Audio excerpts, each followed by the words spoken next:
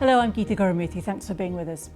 President Trump's special envoy, Steve Witkoff, is to meet President Putin in Moscow today to present him with an amended plan to end the war in Ukraine.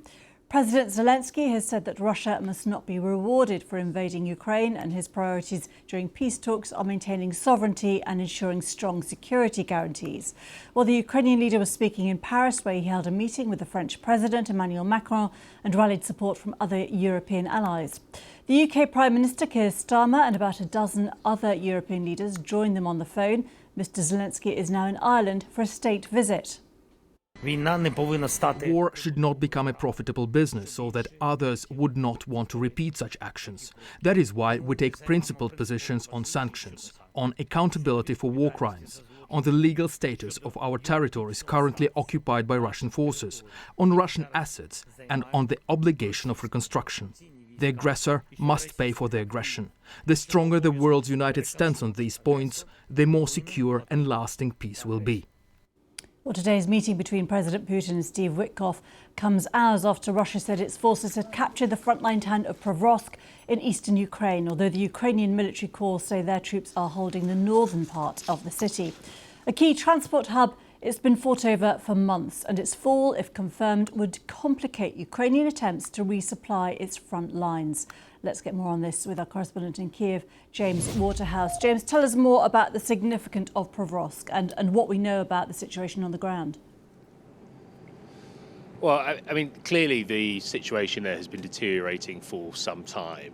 If it is completely captured by Russian forces, as is looking likely at some stage, it will not dramatically change the dynamics of the front lines. I mean, I think what is more significant is what, as President Zelensky admits, Ukraine could be forced to give up. You know, Pokrovsk has been vastly destroyed now over the past few years as Russia has ground its way inside the city. But it's what Ukraine could have to give up in an unfavourable peace deal, which I think is more significant for the country, i.e. the remaining part of the eastern Donbass region, which Russia mostly occupies. What is also significant is the timing of these claims. You've got the Russian Defense Ministry releasing these carefully curated videos of Vladimir Putin, again in military fatigues, in occupied Ukraine, being briefed by his officers with the claim that 2 cities have been captured. There may be some battlefield reality to those claims, but also we have to consider that this US delegation, Steve Witkoff, Jared Kushner, are going to arrive in the Kremlin today, where the Americans and certainly the Ukrainians will be hoping that Russia can be convinced to compromise, to pause fighting in any way. When we consider what we've just discussed with the capturing of these towns, certainly from the Ukrainian perspective, it doesn't look like Moscow is ready to put the brakes on in any way with its continued invasion of this country.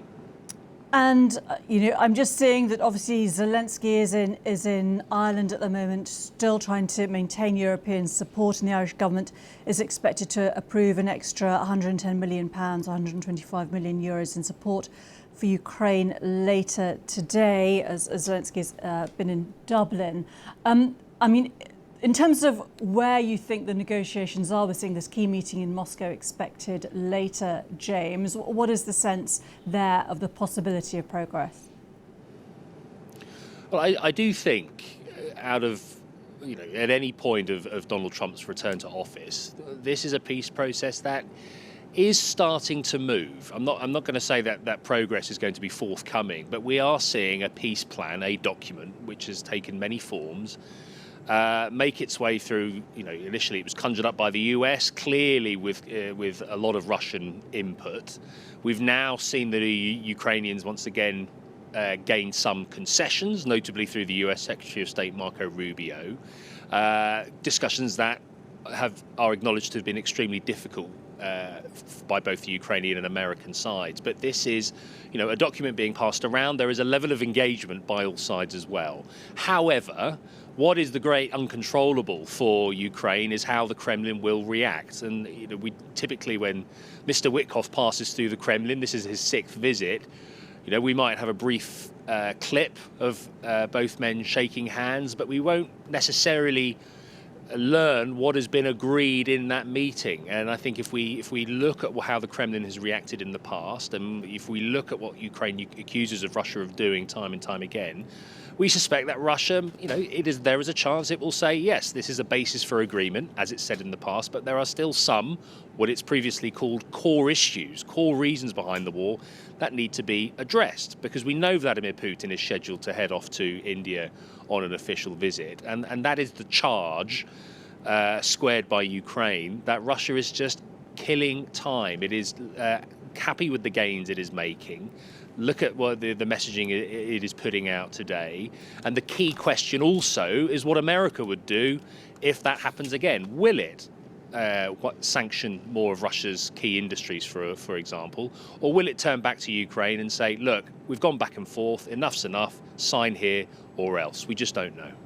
James Waterhouse in Kiev, many thanks. Well, with me for more on this is Vitaly Shevchenko, Russia editor for BBC Monitoring. Vitaly, we are going to be seeing this key meeting between Steve Witkoff and Vladimir Putin shortly, actually within the next hour or so, it's expected, isn't it? What's your assessment of the likelihood of progress any time before Christmas, certainly? I don't think it'll happen, unfortunately. As James said, this is a sixth meeting between Putin and Witkoff. And this time around, things have changed. The way Steve Witkoff is seen is different after a string of extraordinary leaks in the media suggesting that he agreed to present a list of maximalist demands compiled by Russia as America's so-called peace plan, that he was involved in business negotiations with Russia and even advised Russia on how to deal with Donald Trump. Now, I cannot confirm if any of that is true, but what I can say is that the so-called 20-point peace plan presented by the Americans, in all the important respects, it matches a Russian so-called memorandum presented back in June in Istanbul.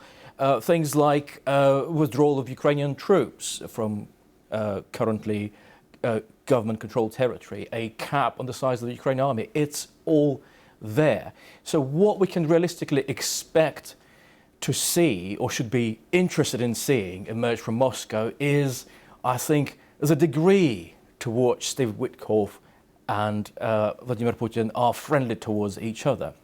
As Volodymyr Zelensky is visiting Ireland, he will meet his key negotiator there, who's returning from the United States. This will be their first face-to-face meeting after key talks held by this negotiator, Rustem Umerov, in America.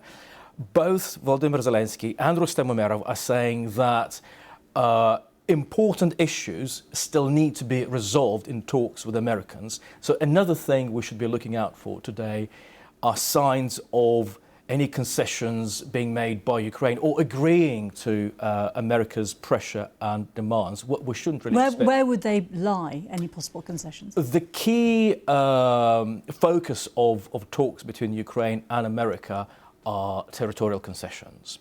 Russia, in that plan presented by the Americans, they are demanding that Ukraine vacate the remaining 20% of the eastern Donbass region, which for Ukraine is an absolute non-starter. They do not want to do it.